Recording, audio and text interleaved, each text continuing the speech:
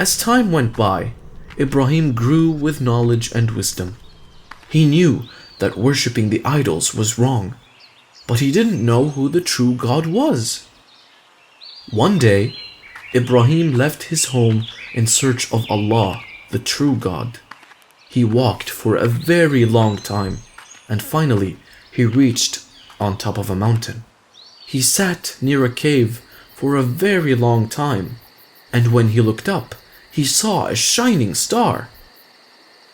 He kept wondering if the star could be the God he was searching for. But the star disappeared after some time. True God will never set or disappear, he said to himself. After a while, the moon came up. It was a delight to watch the moon in that dark night. So, Ibrahim wondered if the moon could be the true God. He sat there, gazing at the moon for a long time.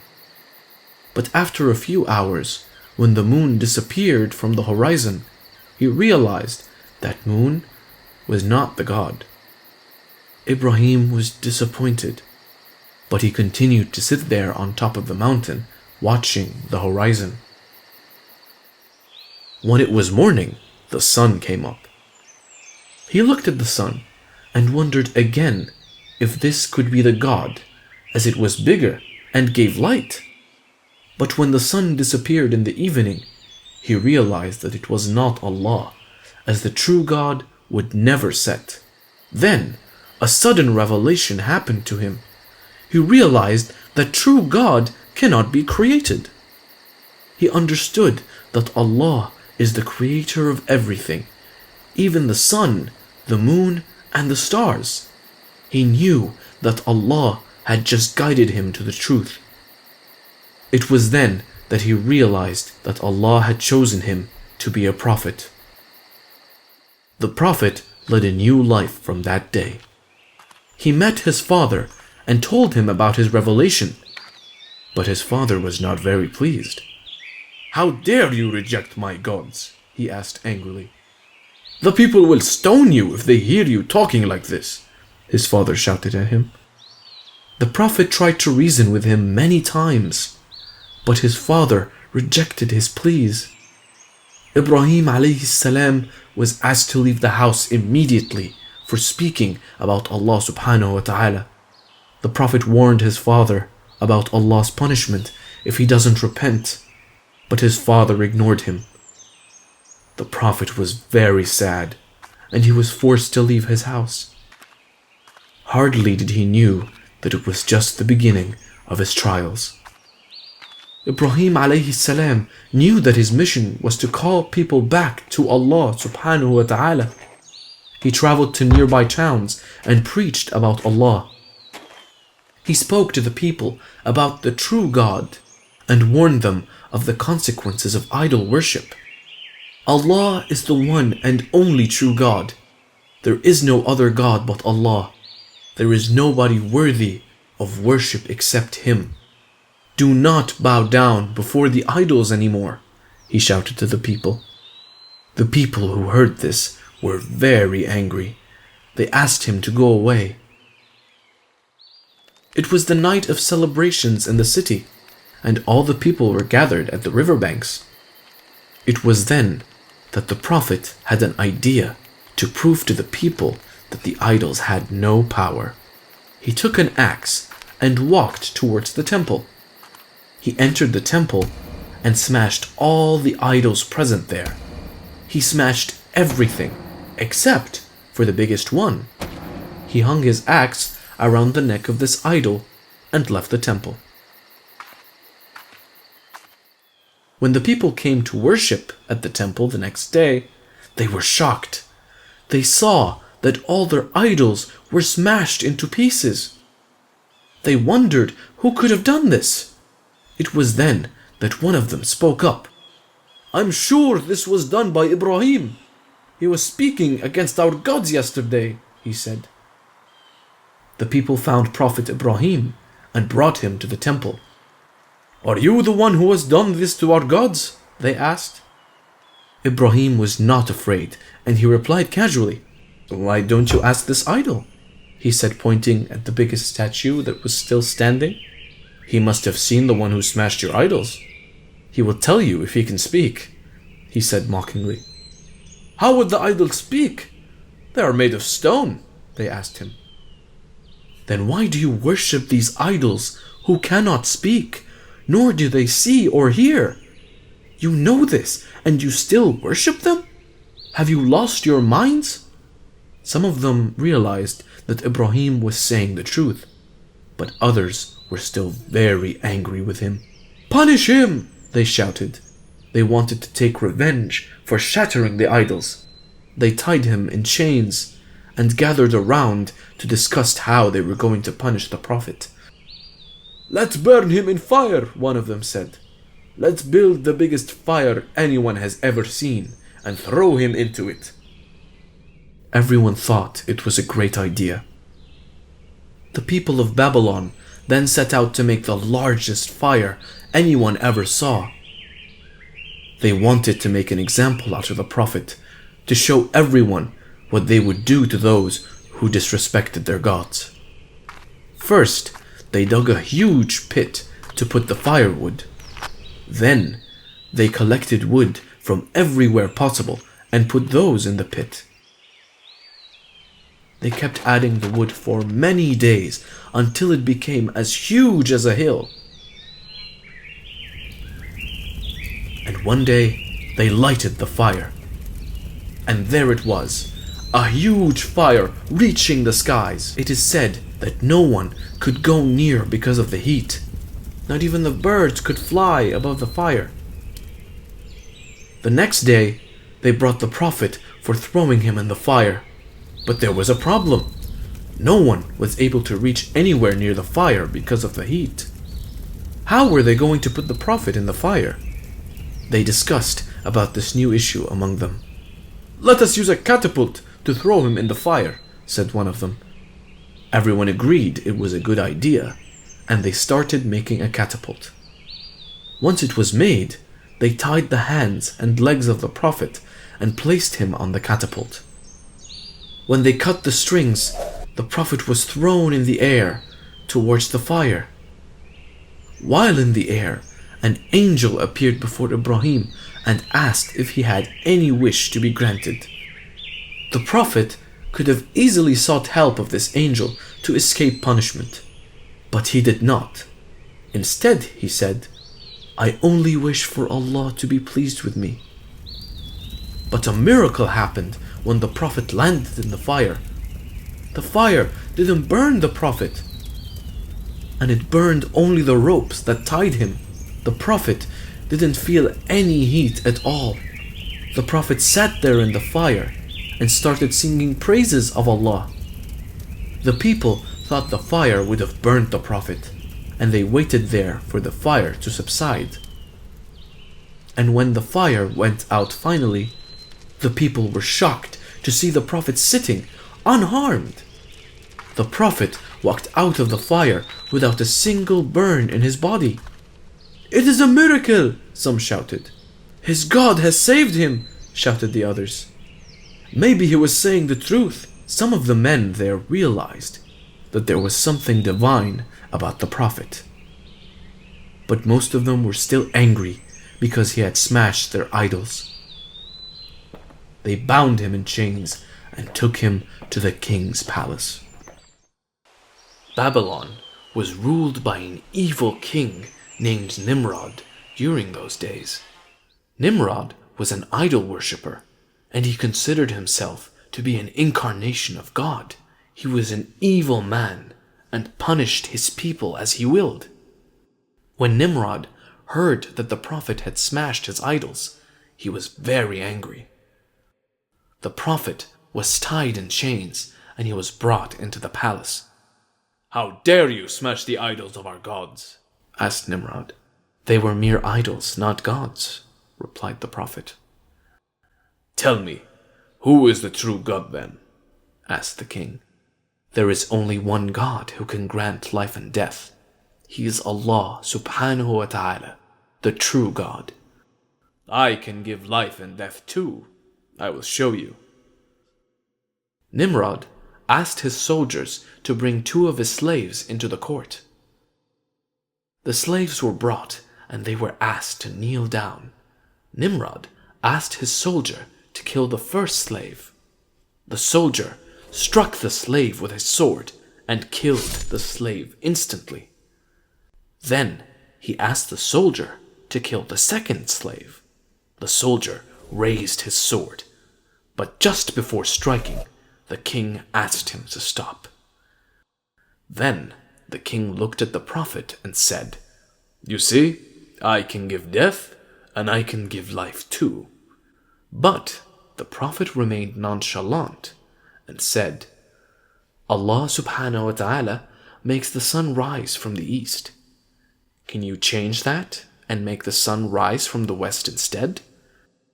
The king was baffled. Then the prophet put forward many such arguments. The king was speechless. The king realized that there was no point in confronting the prophet, so he let the prophet walk away freely. Prophet Ibrahim alayhi salam preached to the people of Babylon for many years, but nobody was willing to listen, except for his wife Sarah and his nephew Lut alayhi salam. He soon realized that the people of Babylon were never going to listen to his words. So he decided to leave the city with the 2 followers he had. The prophet decided to ask his father one last time if he was willing to join him. But his father refused, and the prophet bid him goodbye for the last time. And that day, the 3 of them left the city of Babylon. The prophet was sad because he was leaving the city he loved so much. But he wanted to spread the message of Allah to as many people as he could, and for this he had to leave Babylon. It was a long, hard journey through the desert. They traveled through Syria, Palestine, and Egypt. Prophet Ibrahim alayhi salam spoke about Allah's message to the people he met along the way. They helped the poor, and they did many good deeds on the way. When the people heard the prophet, many of them started doubting their practice of worshipping the idols. When they reached the Dead Sea, Lut alayhi salam decided to part ways and settled down there. He wanted to preach Allah's message to the local people. The prophet thought this was a good idea and wished him all the luck.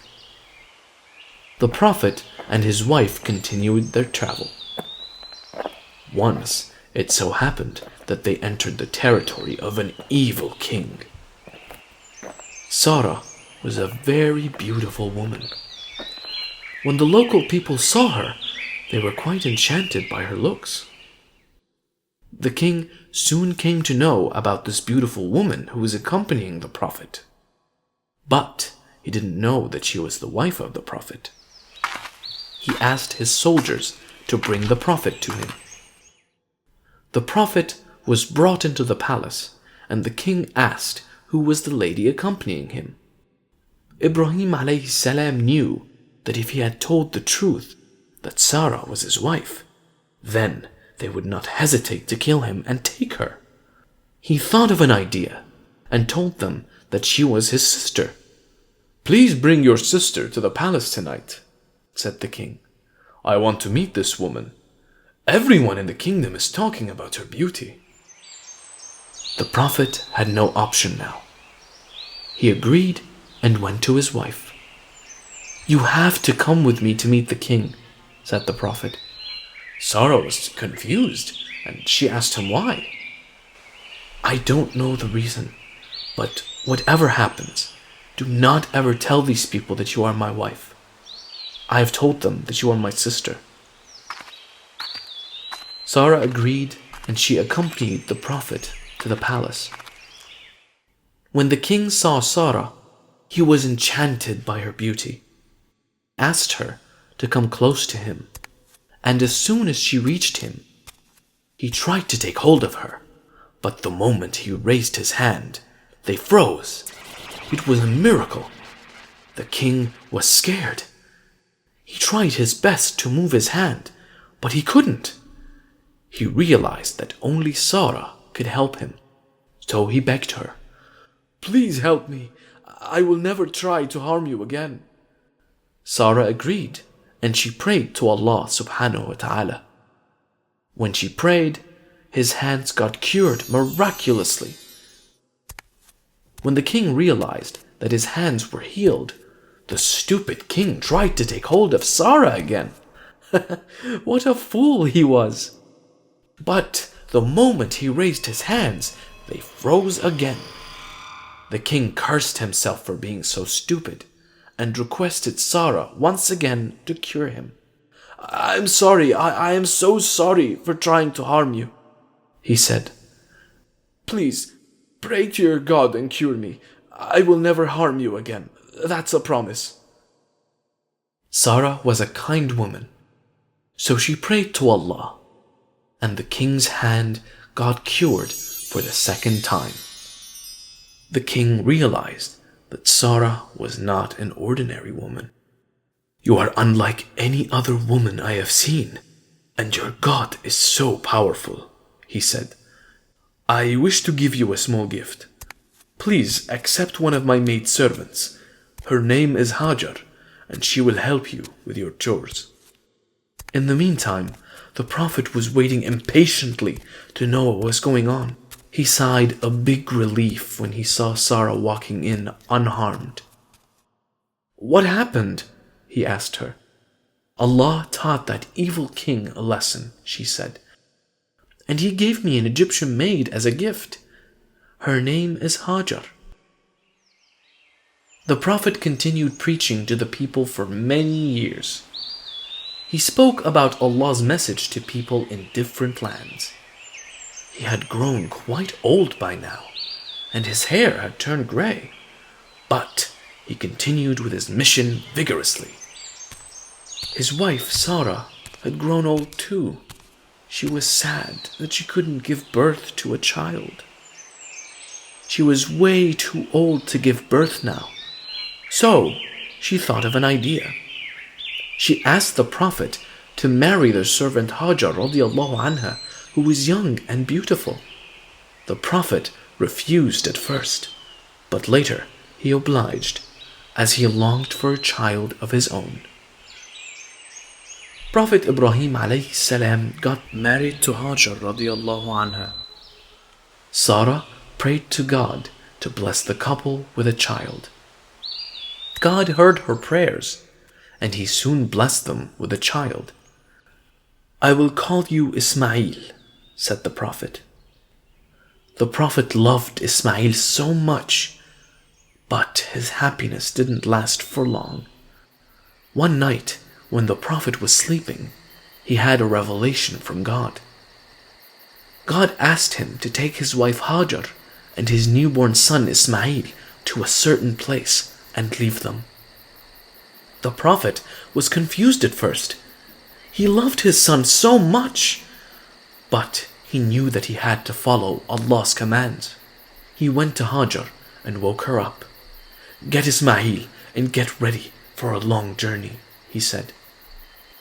Hajar trusted her husband, and without questioning him, she took Ismail and left with him. Prophet Ibrahim alayhi salam took his wife and newborn son into the desert. They traveled through the desert for a very long time. They walked for many days, and most of their food and water were exhausted. Finally, they reached a dry valley of the desert near Al-Marwa mountain. It was a barren land, and there was no sign of life here. There were no trees and no water anywhere in sight. Then, without saying any word, the Prophet started walking back. He left the mother and child alone in that barren valley. They only had a small amount of food and water with them, but that wouldn't even last for 2 days. Hajar hurried after him. "Where are you going, leaving us all alone?" she shouted. But The Prophet kept walking and didn't utter a word. She called him again and pleaded him to come back, but the Prophet didn't even look back, and he kept walking away. In spite of her cries for help, when she saw the Prophet was silent, she realized that he was not acting on his own. She realized that he must have received commands from God to act in such a way. "Did Allah command you to leave us in the desert?" she cried. The Prophet shook his head. Then his noble wife said, "Do not worry, we are not going to be lost, since Allah, who commanded you, is with us." The Prophet continued walking without looking back. In the last episode, we saw that Prophet Ibrahim alayhi salam left his wife and son in the middle of a desert. The Prophet did so as commanded by God. The place where he had left them was called Al-Marwa, and it was so barren that there was no vegetation and no water anywhere in sight. In a few hours, the food and water that Hajar radiallahu anha had in reserve got over. The baby soon got thirsty and started to cry. She ran to a hill close by called Al-Marwa, hoping to find somebody. She stood there and looked around, but she saw no one. Then she ran to the next mountain called Al-Safa, hoping to find someone from there. But she couldn't find anyone from there either. Then she ran back to the top of Al-Marwa, then again to Al-Safa. She kept running between these mountains 7 times. By the time she climbed Al-Marwa for the last time, she was very tired. It was then that she heard a voice. She kept quiet and waited to hear the voice again. When she heard the voice for the second time, she said, "Oh, whoever you might be, you have made me hear your voice. Have you got something to help me?" It was then that she saw an angel. The angel was digging the earth. The angel kept digging till water flowed from it. It was a miracle. When she saw the water, she ran toward it and placed some stones around it to build a basin. This place where the water rose is called Zamzam. Hajar radiallahu anha didn't go anywhere else and stayed at Zamzam. Many days had passed. One day, a few people were traveling through Mecca when they saw the birds flying around Al-Marwa. They knew the birds were there because of the water. The men were surprised to find a woman there. She was holding a baby too. "Shall we stay here and use this water, please?" they asked her. Hajar agreed, and they drank water from the Zamzam. Many others arrived at Al-Marwa, and some of them eventually settled down there. In a few years, the whole valley came alive, with people from different cities living there now. Hajar and her child were not alone any longer. In the meantime, Ismail alayhi salam grew up. He learned Arabic from the travelers. People loved and respected him for his qualities. He kept thinking about his father and knew that his father will come back someday. Ismail then married a local woman and lived his life in peace. Prophet Ibrahim alayhi salam was missing his son very badly now. It had been years since he saw Ismail. One day, he decided to go to Mecca to meet his wife and son. He traveled for many days, and finally arrived at Al-Marwa. The Prophet was quite surprised when he saw all the activity at Al-Marwa. Last time he was here, there was not even a single soul living on this mountain. He knew it was all because of God and thanked him. But by the time he arrived, it was very late. People told him that Hajar had died some time ago. The Prophet was very sad to hear this. And then the local people told the Prophet that his son Ismail was still alive. The Prophet was very happy to hear this. When Ismail heard the news that his father was back in town, he ran toward him. He could not believe his eyes. He was waiting to see him for so long. He hugged his father and he started crying. It was a happy time for both father and son. But the happiness didn't last for long. One day, God decided to test Ibrahim. One night, when the Prophet was sleeping, he saw a dream. In his dream, the Prophet saw himself killing his son as a sacrifice. When the Prophet woke up in the morning, he ignored it, thinking it was just a dream. But the next night, he saw the same dream again. This time, he realized that this was not just an ordinary dream.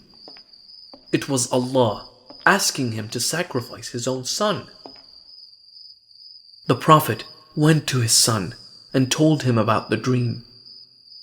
Ismail understood that it was an order from Allah. He was a man of faith and realized that he has to comply.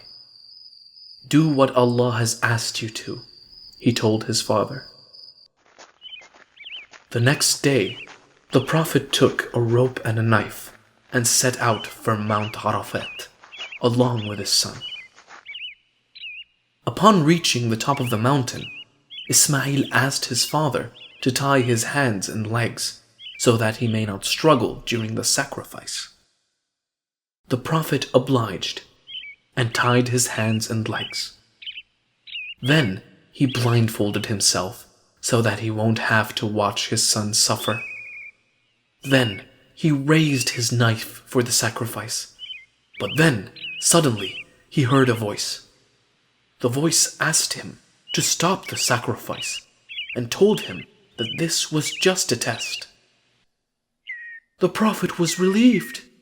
His son was going to be alive.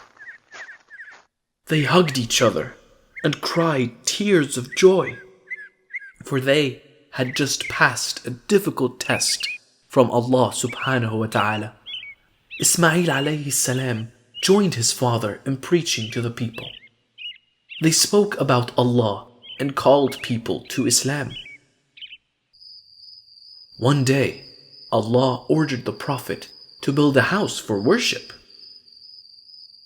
The Prophet told his son that Allah had ordered him to build the Kaaba, and Ismail replied, "Do what your God has ordered you to do." They soon started building the foundation of the Kaaba. Ismail alayhi salam helped by carrying the stones, while Prophet Ibrahim alayhi salam built the house. When the walls got tall, Ibrahim alayhi salam could not reach the top. So, Ismail alayhi salam brought a large stone for the Prophet to stand on. This stone was called Maqam Ibrahim and can still be seen today. The foundation was soon completed, but there was a gap left in the corner. Ibrahim alayhi salam asked his son to find a stone to fill in the corner. "I feel tired," he said to his father. But when the old Prophet insisted, Ismail went searching for a stone. When he left, Ibrahim sat there waiting for the stone. But then a miracle happened. An angel flew down from heaven carrying a stone. The angel told him that this stone was brought to earth by Adam alayhi salam from paradise. The stone was originally white, but because of the sins committed by the people on earth, its color gradually turned into black. Ismail returned after some time, and when he saw the stone, he was surprised and asked his father where it came from. "It was brought by someone who never gets tired," replied Ibrahim. They had finally finished building the Kaaba. They prayed to Allah subhanahu wa ta'ala to accept their work. Allah was very happy with the Prophet and his son for spreading his message, and proclaimed the pilgrimage among men. "They will come to thee on foot and on every kind of camel, lean an account of journeys through deep and distant mountain highways." Many years had passed. The Prophet had grown old by now. One day, he was sitting outside his house and saw 3 men coming towards his house. The 3 men were actually angels sent by Allah subhanahu wa ta'ala. The Prophet welcomed them inside to have food. The strangers went in and sat down for food. The Prophet served them a roasted calf, but the strangers did not touch the food at all. The Prophet started to fear. Then the angels comforted the Prophet and asked him not to fear at all. They told him that they were actually the angels sent by Allah subhanahu wa ta'ala. They informed him that they came to his house to deliver news. They said that Allah subhanahu wa ta'ala was going to give them a son and that he should name him Ishaq. They also told him that his son would be a prophet. Sarah overheard this, and she could not believe her ears. She was so old now, and how could she have a child at this age, she thought. Then the angels said that all things are possible with Allah subhanahu wa ta'ala.